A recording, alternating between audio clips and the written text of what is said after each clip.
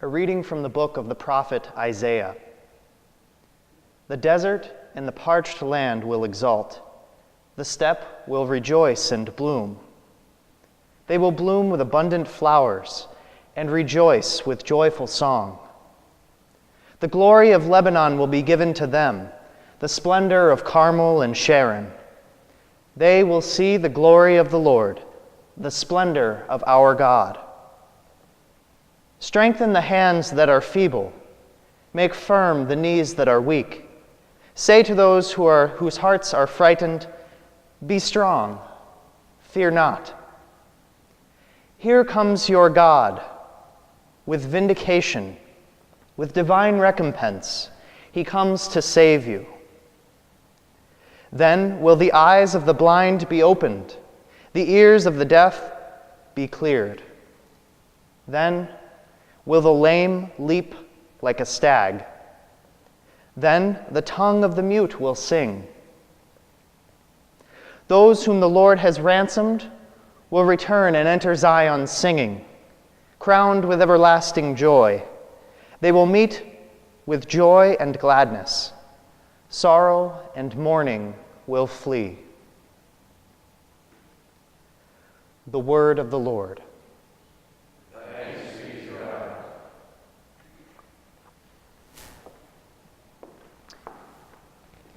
Something funny happened to me about 2 weeks ago. I was leaving class from Aquinas Institute and walking up the hill toward the shuttle, and I looked at my watch and I realized, I think I'm a little late for the shuttle. I'm probably going to have to catch the next one. So I took my time and I slowly began to walk up the hill.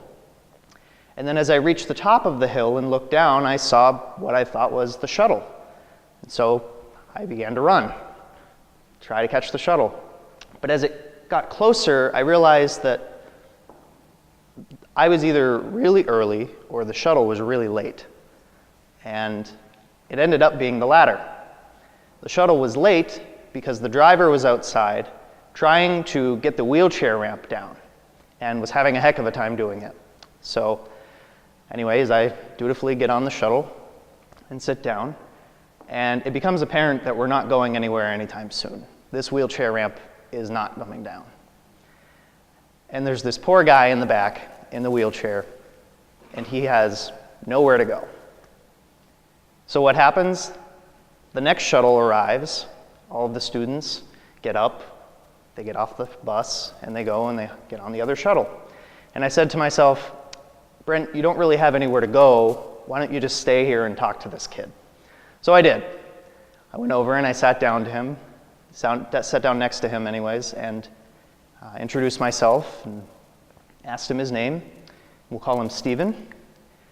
And Stephen and I chatted for a few minutes while the bus driver was still fidgeting with the wheelchair ramp. And after about 5 minutes or so, it became apparent that this wheelchair ramp is just not going down. So I looked at Stephen, and I said to him, Stephen, the only way you're getting off this bus is if I carry you off this bus. And so he said, okay, let's do it. So we let the driver know. The driver sort of came up with a plan. I walk over, I flip my scapular up over my shoulder, and I bend down, and I scoop Stephen up in my arms, and I carry him off the shuttle bus, right? And at this point, all of these people are gathered to watch what the commotion is all about, right? Meanwhile, I'm standing there with Stephen in my arms, waiting for them to get his chair off the shuttle bus. And I look down at his face, and I see just this look, and I didn't really know what to think of it. And as I reflected on it, I realized that Stephen was probably feeling shame, embarrassment, annoyance. And I tried to put myself in his shoes. How is he really feeling? And Isaiah's image of the lame leaping like a stag really stuck out to me at this point. I thought, yeah, if I were in Stephen's shoes, I would give anything to leap like a stag. And yet, Isaiah tells us that these things will happen, though they may seem to be improbable or sometimes downright impossible. But Isaiah is not just speaking about optimism. He's speaking about something much greater. He's speaking about hope. He's speaking about the kind of hope that directs our hearts completely toward God.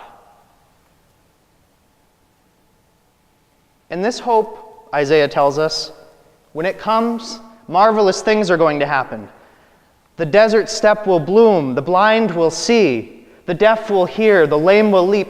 And yes, even the embarrassment and the shame and the annoyance of people like Stephen will be smashed.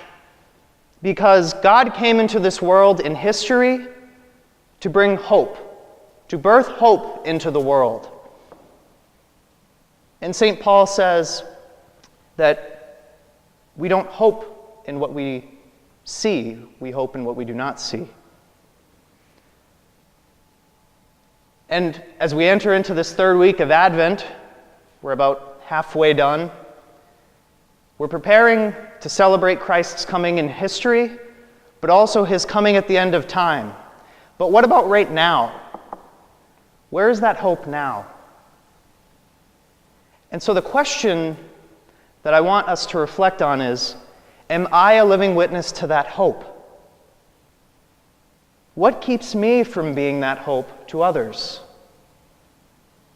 And I think these are questions that we need to ask ourselves as we enter into this third week of Advent. Why? Because Isaiah tells us our God is coming with vindication, and we better be ready for it. So come, Lord Jesus. Fill our hearts with your hope. Make us be your signs of hope for a world in need of it.